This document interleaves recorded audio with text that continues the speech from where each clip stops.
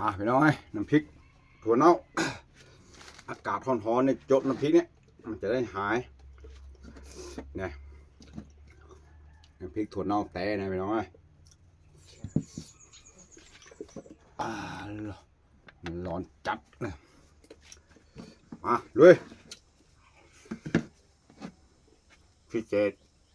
ปลาดุก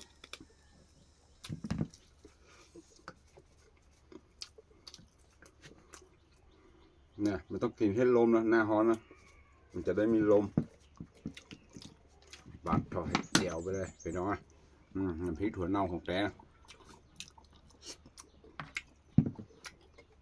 กำกับในหลายอย่างเลยเนาะยอดผักเล็กแล้วก็ผักนอก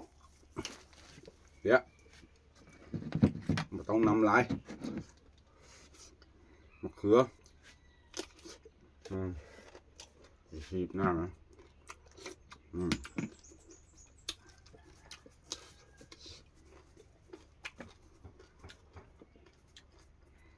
หมดไหมเนี่ย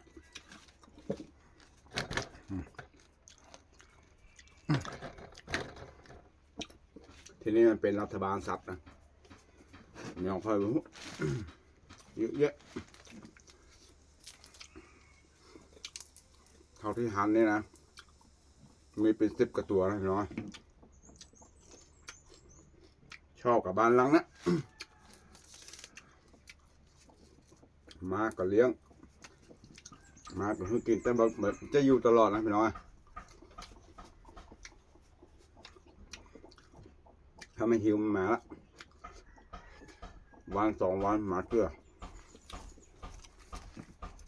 หิวก็มาเนาะหูเนาะโอเคอีกก็มาเกะกะกันกินเสร็จแล้วไป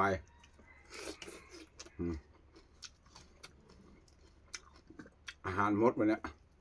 ให้แดกเข้าเลยกินได้เหรอ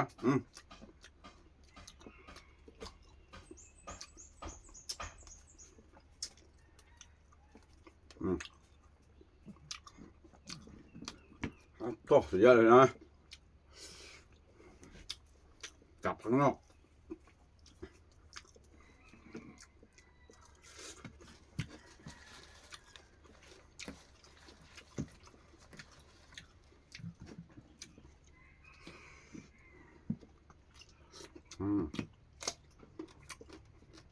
เป็นเรื่องจี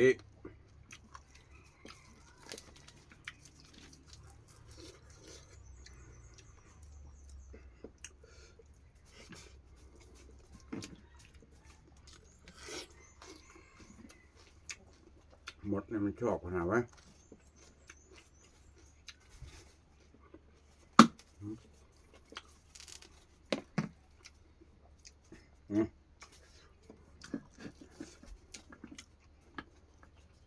ที่อยู่บ้านประจำนั่นไงอ้วนไก่เตอของสวยเนาะตัวใหญ่นี่มาเนี่ยบอกมากล้าเขาใกล้เลยไปเนาะกลัวมาสู้ไงอย่าไปมองหน้ากันมันก็ไปชอบนะพี่เดี๋ยวนะ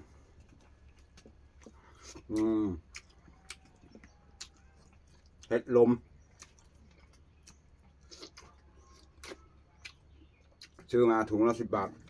เฮ้ยไม่ใช่20 บาท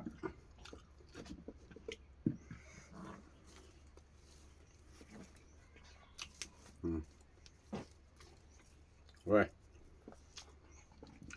ให้เจ็ดกันหน่อยเด้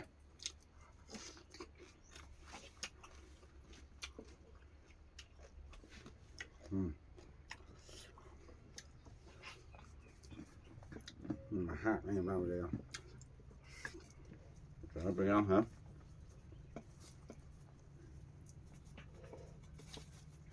กินดีอ่ะ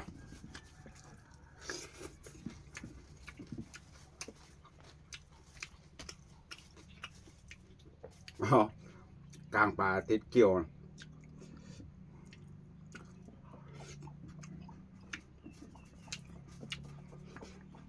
หันมดไปเดี๋ยวซื้อบื้อก่อน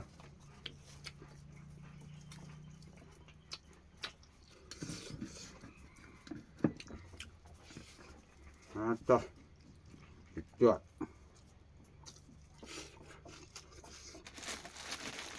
เอาเพชรก็เสริมเท่าไหร่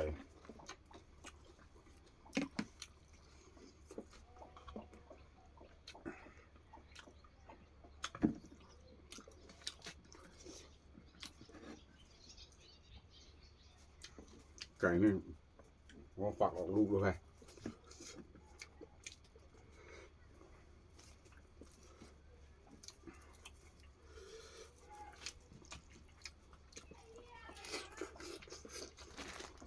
ใส่เข้าไป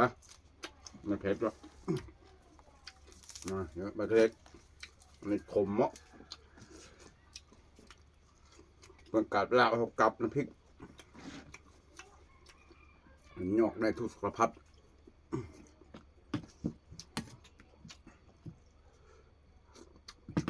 ให้มันสมกับหน้าตาไปเลยหน้าตามันก็เหี้ยมันก็คือเหี้ยเนี้ย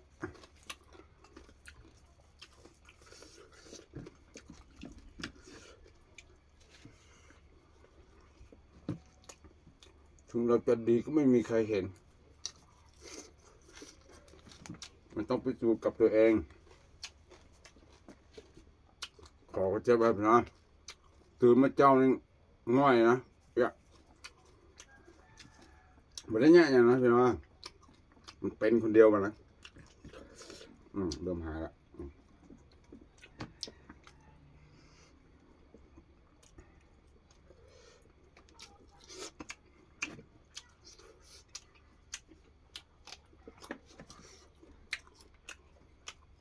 ว่ามันเด็ดเข้าอ่ะมันจดเข้าเปล่า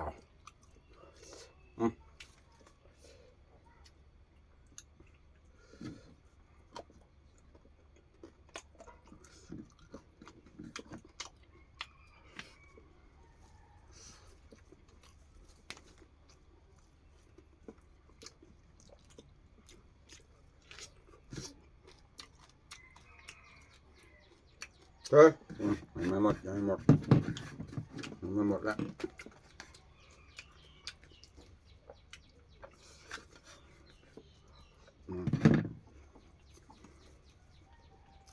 ระดมกำลังเลยทีนี้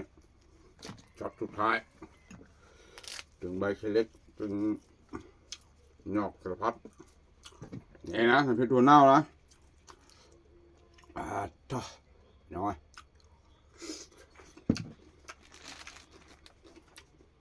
เจาะ2 เม็ด